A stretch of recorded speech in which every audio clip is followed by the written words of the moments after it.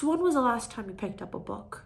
Now things are getting a little bit real. And I'm not talking for an assignment or a required reading. And as much as I'm all for the peer-reviewed academic journals, I'm a scholar, I'm a grad student. So if anyone would advocate on those readings, it would be me.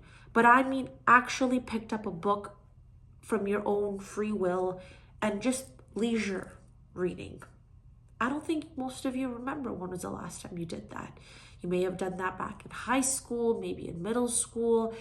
Most of us, especially the older Gen Zs, used to be quite like the avid readers when we were in middle school, and we used to just devour books left, right, and center. But ever since ChatGPT started prevailing and the burnout within university, a lot of us don't feel that motivation anymore. But then here's the thing also. I wholeheartedly believe, and this is not some new phenomenal idea, it is genuinely our phones that are doing it, because the time that we spend doom scrolling, and I challenge you right now, check your screen time right now. Go ahead, go do it. I'll give you a couple of seconds and you can 100% come right back. Go on. Was it more than 3 hours today? And was most of it on Instagram and TikTok? I guess so. But hey, I'm also as guilty as it can be, even though I use most of my phone time on like emails and WhatsApp messages and Instagram messages. And unfortunately, doom scrolling has declined for me because of many different things that have been occupying my time. But nevertheless, I'm still on the phone. And one thing that was my save and grace when it came down to reading was joining a book club. Yes, if I can be the poster child when it comes down to advocating for book clubs, I would take that job, because ever since I joined my amazing book club, they're called the Muslim Collective. I'll link their Instagram down below. It's been such a game changer, because these people, I've known them for over a year now. It is a Muslim youth book club, and I make the hour and a bit commute because it's held in Mississauga. I make that commute because it's worth it for me, and I'm one of the few non-Saga residents that attend that book club, because it, apart from giving me that community to discuss intellectual ideas and really just hone into certain topics that I would not be discussing like in other places, it also gave me a chance to read different types of books. And it's been such a pleasure being part. And if I can challenge you guys, something for you to put on your 2026 bingo, join a book club, or better yet, start one. Even if it's like within a couple of your friends, you guys got to pick up a book and read. See what I did there? Yeah. So it is really concerning in general, the way that reading has declined as a whole. And there was this study that was done. It was posted on The Guardian. I just have it pulled up on my laptop right now. It says that the reading for fun in the US has fallen by 40%. This article was posted August 20th, 2025. So just a few months ago. And the way that just reading for joy has declined, and I see this in a lot of friends. I saw it within myself. I saw the way it's like, when someone who has like worked out for a lot of their life, and then when COVID hit, they just went on that couch potato slump, and it's like they reminisce the good times and they feel that. I'm guilty of that.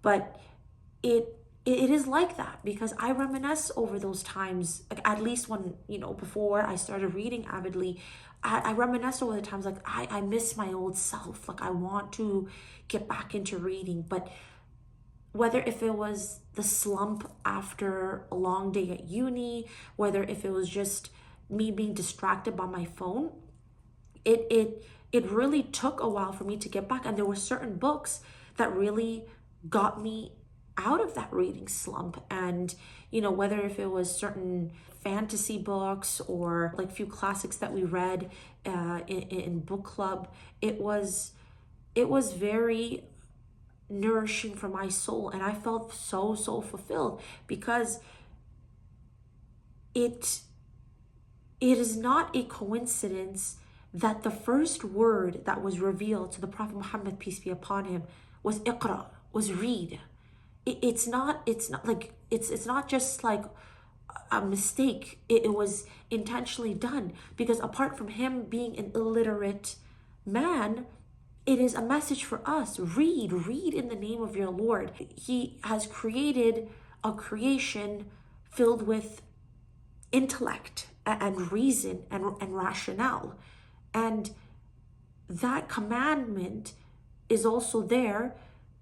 And God swearing by that word, like read, like he's commanding us, that is also pushing us, which is something that is declining within the Muslim ethic, and which was very well and alive like centuries ago, is the journey towards intellectualism.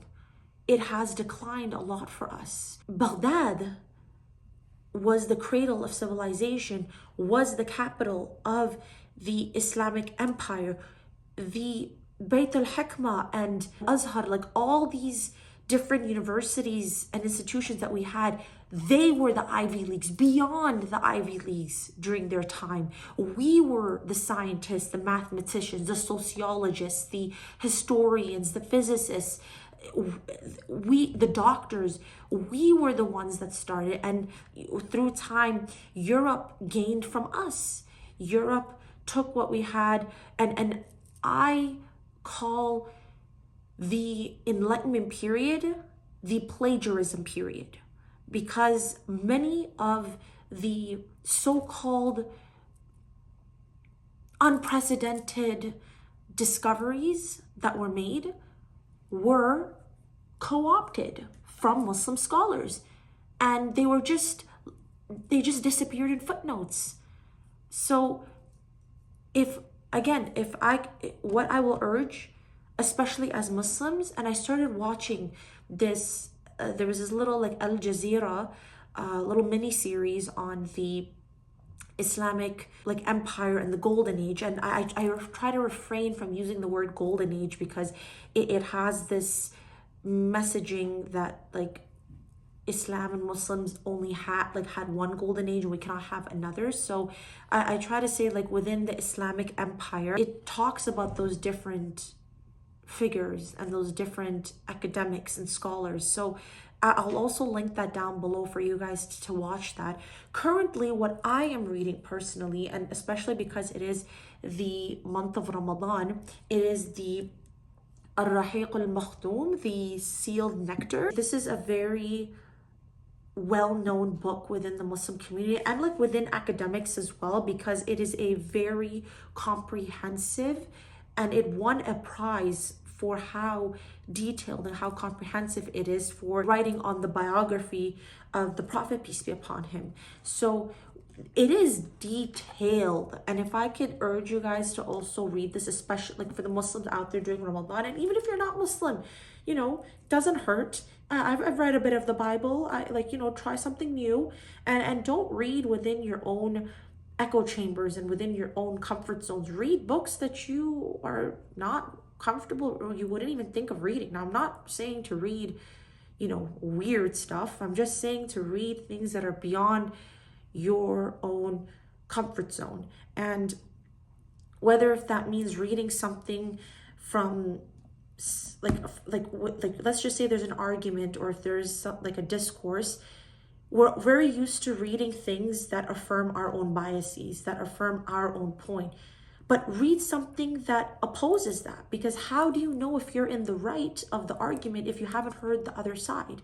This is the beauty of reading, because you get to, it is a portal into the mind of that person, and you are reading not just the story within the binds of the book, but you're reading the story of a person's mind. And it is such a magical experience because through reading, you have, in a way, met and have gotten to know so many different people and so many different stories beyond your own. That is something that no one can take away from you.